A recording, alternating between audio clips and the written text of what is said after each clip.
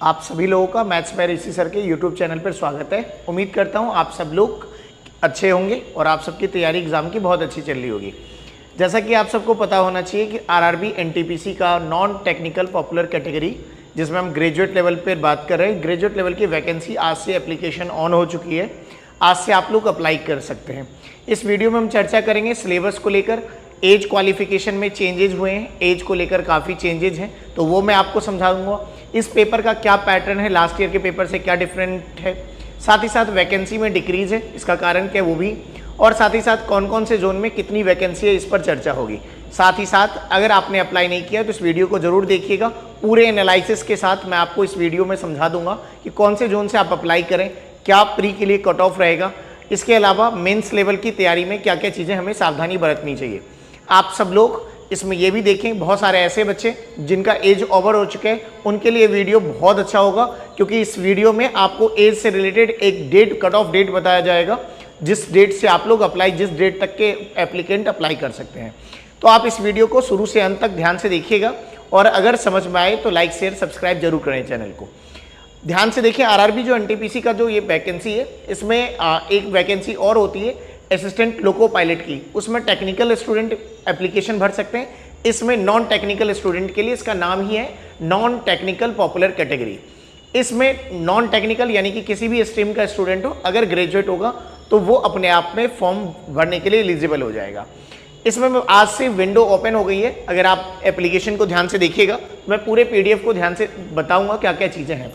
इसमें आज हम बात करेंगे इसका सिलेबस क्या होता है, एग्जाम का पैटर्न क्या है, एज क्या कट ऑफ डेट रखी गई है, साथ ही साथ पेपर में क्या क्या चीज़ें हमें सावधानी के साथ पढ़नी चाहिए।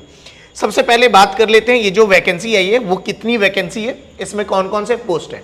ये जो आरआरबी एनटीपीसी की वैकेंसी है बाबू, इसमें ये जो पोस्ट है chief commercial ticket supervisor, station master, goods train manager और जूनियर अकाउंट असिस्टेंट और सीनियर क्लर्क, ये पोस्ट है जो आरआरबी एनटीपीसी में ये पोस्ट आए हैं। इस बार जो टोटल ये पोस्ट के अकॉर्डिंग नंबर ऑफ पोस्ट दिया हुआ है, कितनी कितनी वैकेंसी है ये एक बार देख लीजिएगा। और टोटल वैकेंसी 8113 है, जो कि लास्ट ईयर से 1/3 है।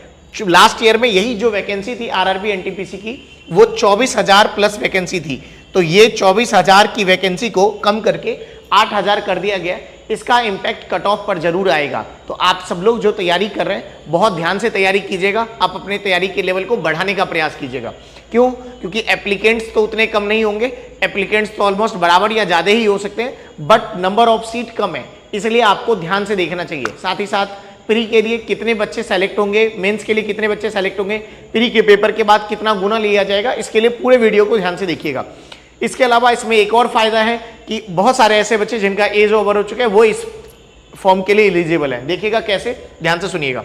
तो पहली बात तो ये हो गई। इसके अलावा जो नॉर्मल सर्कमस्टांसेज में जो लास्ट टाइम आरआरबी एनटीपीसी की वैकेंसी आई थी, उसमें जो एज रखा गया था वो ध्यान से देखिएगा, वो 18 से 33 साल था। इस बार ये जो 11/2025 का ये वाला जो नोटिफिकेशन है, इसमें एज को बढ़ाकर देखिएगा ध्यान से, तो 18 से 36 साल रखा गया है। तो ये बात आपको ध्यान रखनी है। मैं आपको ये भी बताऊंगा कि आप कट ऑफ डेट, आपका जन्म तिथि क्या होना चाहिए कि आप एप्लीकेबल, इस फॉर्म के लिए एप्लीकेबल है।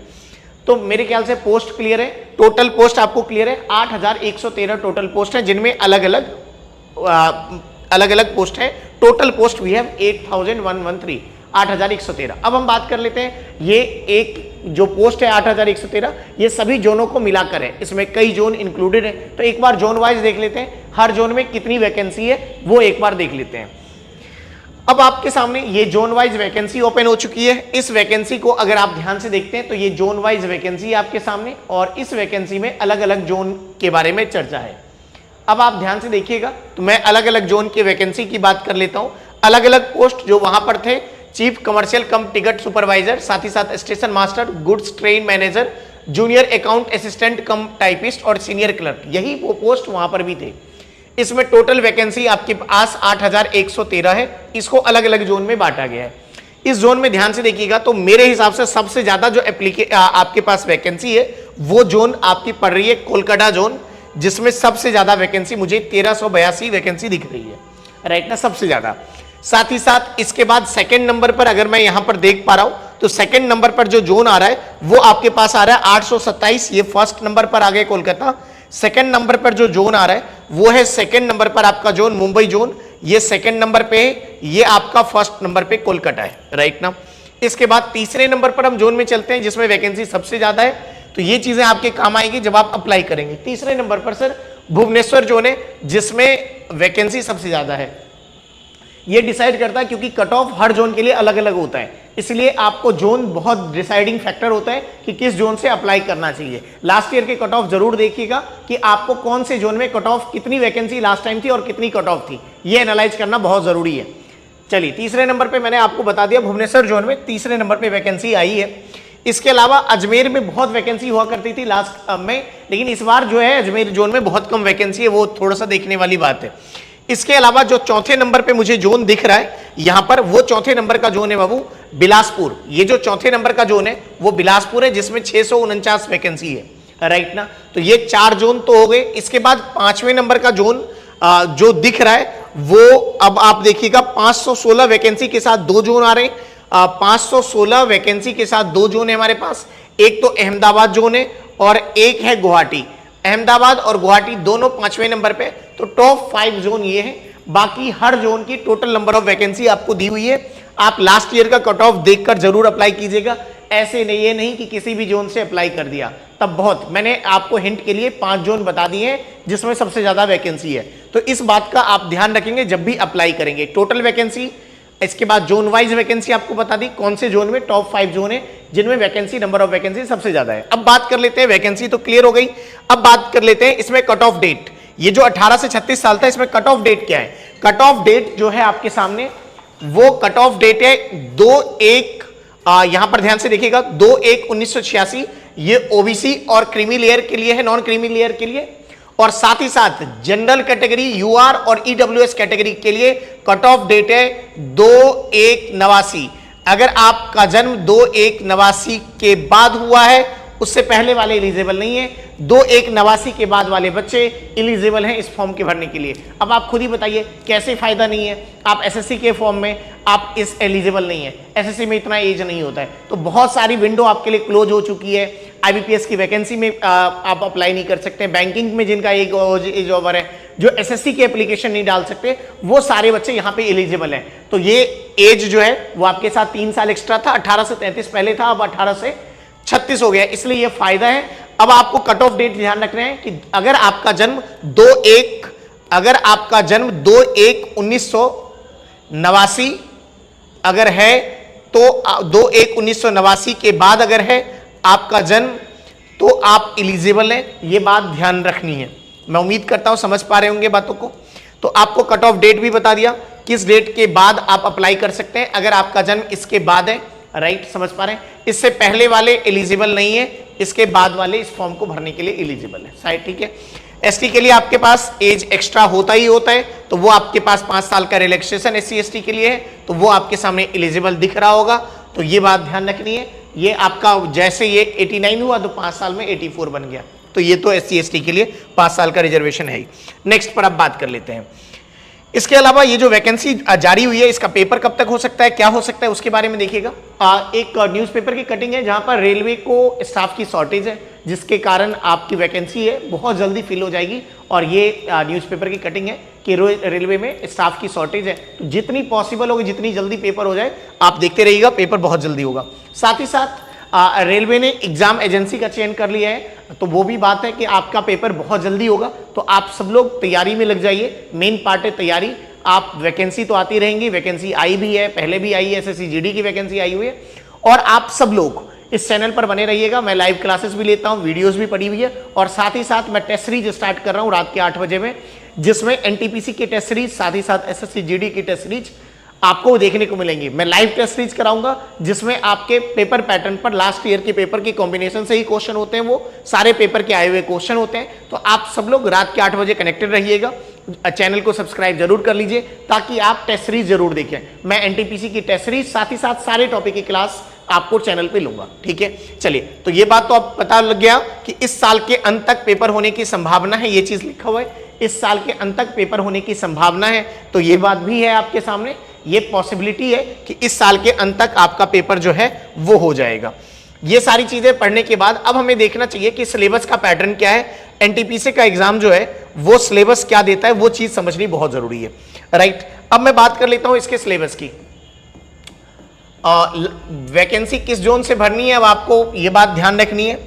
अब सिलेबस में इसमें फायदा क्या है कि जो लोग एसएससी की तैयारी करते हैं उन्हें अगर किसी का इंग्लिश वीक है तो उनके लिए एडवांटेज है यहाँ पर, क्योंकि यहाँ पर 3 सेक्शन है। एक पार्ट है रीजनिंग, दूसरा पार्ट है मैथ्स और तीसरा पार्ट है जीएस।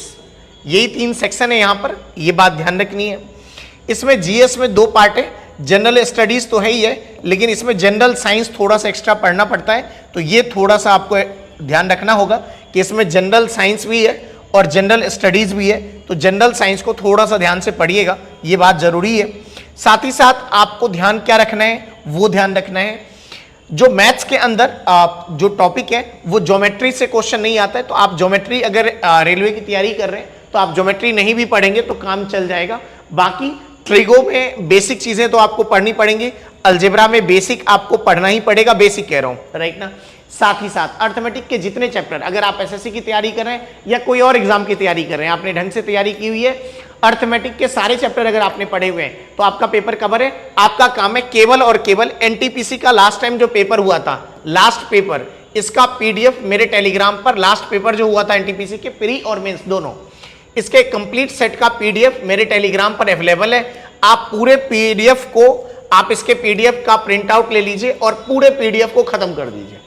आपको यह अंदाजा हो जाएगा कि मैथ्स और रीजनिंग में कौन से टॉपिक में आपकी वीकनेस है, या कौन सा ऐसा टॉपिक अगर आप दूसरे एग्जाम की तैयारी करते हैं तो कौन सा टॉपिक आपको एक्स्ट्रा पढ़ना पड़ेगा। कोई एनालाइज आपको बता दे कि ये टॉपिक पढ़ लो, ये ऐसा कुछ नहीं होगा। आपको पेपर देखने पड़ेंगे, पेपर खुद से एनालाइज करना पड़ेगा। तो आप एक बार पेपर, मैंने आपको बोल दिया है, मेरे टेलीग्राम चैनल, जिसका वीडियो लिंक में मैं डिस्क्रिप्शन दे दूंगा, चैनल के डिस्क्रिप्शन में भी टेलीग्राम लिंक है, मैथ्स बाय ऋषि सर के नाम से टेलीग्राम चैनल है, उस चैनल पर जाइएगा, आप फाइल सेक्शन में जाइएगा, एनटीपीसी टाइप कीजिएगा तो आपको पीडीएफ मिलेगा। लास्ट ईयर का पीडीएफ है, पूरा कंपाइलेशन है, उस पीडीएफ को बहुत ध्यान से देखनी है। उससे क्या होगा कि आपको रीजनिंग और मैथ्स इन दोनों के पूरे के पेपर करने पर आपको कोई भी टॉपिक ऐसा लगेगा कि जो हमने अब तक नहीं पढ़ा है या रेलवे अलग से पूछता है, तो वो रिवाइज करने के लिए आपका काम है पेपर करना। समझ पा रहे हैं बातों को। जनरल स्टडीज में जीएस जो पढ़ते हैं आप, history, polity, geography, economics, current affairs, ये तो पढ़ना ही पढ़ना है। साथ ही साथ जनरल साइंस जरूर पढ़िएगा। लूसेंट अगर पढ़ सके तो पूरा पढ़ लीजिए। लूसेंट की जनरल साइंस कह रहा हूं मैं, लूसेंट का जनरल साइंस जरूर पूरा पढ़ लीजिए, ये बहुत काम आएगा क्योंकि इसमें जनरल साइंस के क्वेश्चन का वेटेज ज्यादा है। साथ ही साथ आप जो जनरल स्टडीज पढ़ते हैं वो तो पढ़ते रहिए। History, polity, geography, current affairs का बहुत बड़ा रोल है, स्टैटिक जीके का बहुत बड़ा रोल है। ये चीजें आप डे 1 से लग जाइए। जिस दिन आपने एप्लीकेशन डाला उस दिन से आप लग जाइए बिल्कुल तैयारी करने में। पेपर कब हो ना हो इसकी चिंता बिल्कुल ना करें। इसमें ये एक फायदा है कि जो बच्चे इंग्लिश में वीक हैं और एसएससी की तैयारी कर रहे हैं उनके लिए तो गोल्डन अपॉर्चुनिटी है कि आप इस एग्जाम की तैयारी करें। साथ ही साथ एक चीज और कहना था कि आपने अगर पहले से तैयारी किया हुआ है और पेपर में वेरिएशन चेंजेस होते हैं, तो अगर आपने पहले से भी तैयारी करके रखा हुआ है और रेलवे की तैयारी करें तब भी अपडेट करें आप अपने कंटेंट को। जब तक आप अपने कंटेंट को अपडेट नहीं करेंगे प्रॉब्लम आएंगी। तो आप सब लोग जो भी रेलवे की तैयारी करना चाहते हैं, आपने किसी भी स्ट्रीम से ग्रेजुएशन किया हुआ है, कोई इशू नहीं है। आप वैकेंसी आपके पास है 8000, वैकेंसी में थोड़ा सा डिस्टर्बेंस है कि पिछली बार 24000 थी, इस बार 8000 है, तो ये 1/3 हो गया। इसका इंपैक्ट कट ऑफ पे जरूर पड़ेगा। अब मैं बात कर लेता हूं पूरे नोटिफिकेशन को, आपको दिखाता हूं क्या क्या चीजें नोटिफिकेशन को लेकर हमें देखनी है। चलिए एक बार नोटिफिकेशन देखते हैं। ये आपका नोटिफिकेशन है जिसमें मैं आपके, ये आरआरबी एनटीपीसी का नोटिफिकेशन आया हुआ है। अब इसमें क्या क्या चीजें हैं, इसमें starting date of the application आपके सामने है, आपको दिख रहा होगा क्लियर कि starting date of the notification, starting date कितनी है, राइट ना। तो अब यहां पर मैं आपसे क्या कह रहा हूं वो देखिएगा। स्टार्टिंग डेट जो नोटिफिकेशन में दिया हुआ है वो दिया हुआ है बाबू 14 तारीख, यानी कि आज मैं वीडियो रिकॉर्ड कर रहा हूं, आज 14 तारीख ही है, तो 14 तारीख से आज एप्लीकेशन ऑन हो जाएंगी। तो आप सब लोग बिल्कुल लग जाइए। और क्लोजिंग डेट 13 अक्टूबर है, 13 अक्टूबर को ये क्लोज हो जाएगा विंडो, यानी कि पूरे 1 महीने का टाइम है आपके पास अप्लाई करने का। आज से वैकेंसी ऑन हो गई है। ये वैकेंसी का पीडीएफ जो है वो टेलीग्राम चैनल पर भी अवेलेबल है, जहां से आप लोग ये पीडीएफ डाउनलोड कर सकते हैं। अब आगे बढ़ते हैं, चीजों को आगे बढ़ाते हैं, ध्यान से देखिएगा। पोस्ट आपके मैंने आपको क्लियर बता दिया था कि टोटल वैकेंसी कितनी थी। तो टोटल वैकेंसी आपके पास 8113 है, जिसमें अलग अलग पोस्ट हैं जो मैंने आपको बताया ही है। अब क्या क्या चीजें एक्स्ट्रा देखने को मिलेंगी इस पूरी नोटिफिकेशन को पढ़ने से, वो आपको ध्यान रखनी है। देखिएगा ध्यान से, एक चीज जो मुझे यहां पर बताना है कि जब प्री होगा ना, तो उसके बाद जो कट ऑफ होगा वो कितने गुना कैंडिडेट सेलेक्ट होंगे, ये देखिए ध्यान से लिखा हुआ है। तो इसमें बाद में पिछली बार हंगामा हुआ था, राइट ना, इसी वैकेंसी पे पिछली बार आंदोलन हुआ था। तो ये चीज क्लियर कर लेते हैं यहाँ पे कि आरआरबी जो है वो सेकेंड स्टेज के लिए क्लियर लिखा हुआ है यहाँ पे कि 15 गुना कैंडिडेट सेलेक्ट करेगी। यानी कि जितने पोस्ट होंगे, 100 पोस्ट होंगे, तो प्री का कट ऑफ, प्री जो होगा और रिजल्ट देगा 1500 बच्चों का। तो कहने का मतलब 15 गुना सिलेक्शन होगा। और इसके बाद लिखा हुआ है short listing for computer based aptitude will be extended by of 8 times of the vacancy on the merit of the candidate on the second stage when the candidate is qualified in the first stage। समझ पा रहे बातों को। और second stage में जो 8 times है वो भी लिखा हुआ है आपके पास। निगेटिव मार्किंग यहां पर इंपॉर्टेंट है कि एसएससी में 1/4 होता है, तो यहां पर निगेटिव मार्किंग 1/3 है। तो निगेटिव मार्किंग फर्स्ट स्टेज में जो सिलेक्शन होगा वो 15 गुना कैंडिडेट का सिलेक्शन होगा। ये चीज वैकेंसी में पहले से दी हुई है, राइट। इसके बाद जनरल इंस्ट्रक्शन, फोटो वगैरह अपलोड करने के लिए इतना इंपॉर्टेंट नहीं, ये सब आप अपलोड करेंगे तो सब कुछ वहां पे पता लग जाता है, इसमें ऐसा कुछ नहीं है। नंबर ऑफ वैकेंसीज मैंने आपको बता ही दी है। इसके अलावा फिजिकल फिटनेस कुछ पोस्टों के लिए है, तो वो आपको मेडिकल स्टैंडर्ड देखना है कि क्या क्या विजन होनी चाहिए। कुछ पोस्टों में है, सभी पोस्टों में नहीं है मेडिकल स्टैंडर्ड का, कुछ पोस्टों में है।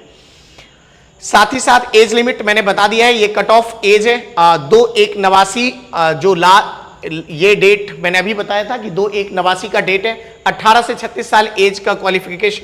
SC/ST में 5 साल का एज रिलैक्सेशन है, तो ये आपको देखना है। इसके अलावा क्या क्या चीजें हैं, 3 साल और 5 साल वाला तो पॉइंट क्लियर हो गया होगा। इसके बाद इसमें फीस को देख लेते हैं। देखिएगा ध्यान से, एक चीज फीस को देख लीजिए। फीस 500 रुपए है जनरल कैटेगरी के लिए, वो एक चीज देख लीजिए ध्यान से। और इसके अलावा इकोनॉमिक बैकवर्ड क्लास के लिए EBS और EWS अलग अलग कैटेगरी है। इकोनॉमिक वीकर सेक्शन और EVS अलग अलग कैटेगरी है। EBS SC/ST के लिए 250 रुपए फीस है। इस 500 रुपए में 400 रुपए आपको रिफंड आ जाएंगे पहले स्टेज में। अगर आप पेपर में बैठते हैं तो 500 में से 400 रिफंड आ जाएंगे, लेकिन अगर आप अप्लाई करते हैं और पेपर में नहीं बैठते हैं तो ये रिफंड नहीं आएगा। तो अगर आपने अप्लाई किया है और पेपर में बैठेंगे तभी 400 रुपए मिलेंगे, नहीं तो 400 नहीं मिलेंगे, ये भी ध्यान रखनी है। तो अगर आपने अप्लाई किया है और पेपर में बस अपीयर हो जाते हैं, पास होंगे या ना होंगे ये तो आपकी तैयारी पे डिपेंड करता है, पैसे जरूर 400 मिल सकते हैं आपको, right. Closing date of the application आपको पता है, अगले महीने के 13 अक्टूबर को ये क्लोजिंग डेट है। तो ये कुछ इंपॉर्टेंट इंफॉर्मेशंस थी। इसके अलावा EWS कैटेगरी में जो बच्चे लाई करते हैं EWS कैटेगरी में, उसमें तो एलिजिबिलिटी 8 लाख का है ही है, लेकिन उसमें लिखा हुआ है कि करंट फाइनेंशियल ईयर का जो है वो डिटेल आपको एप्लीकेशन के टाइम पे अपडेट करना है, पुराना नहीं चलेगा। तो करंट ईयर का, इस फाइनेंशियल ईयर का आपको EWS का सर्टिफिकेट लगाना पड़ेगा। मैं उम्मीद करता हूँ ये डिटेल पूरी समझ में आई होंगी, पेपर का पैटर्न क्लियर हुआ होगा, एज क्वालिफिकेशन क्लियर होगा, और ये डिटेल अगर समझ में आई होगी तो आप सब लोग चैनल को सब्सक्राइब कर लीजिए। आपके इस चैनल पर RRB NTPC की टेस्ट सीरीज और साथ ही साथ टॉपिक वाइज क्लास स्टार्ट होने वाली है। Thank you so much.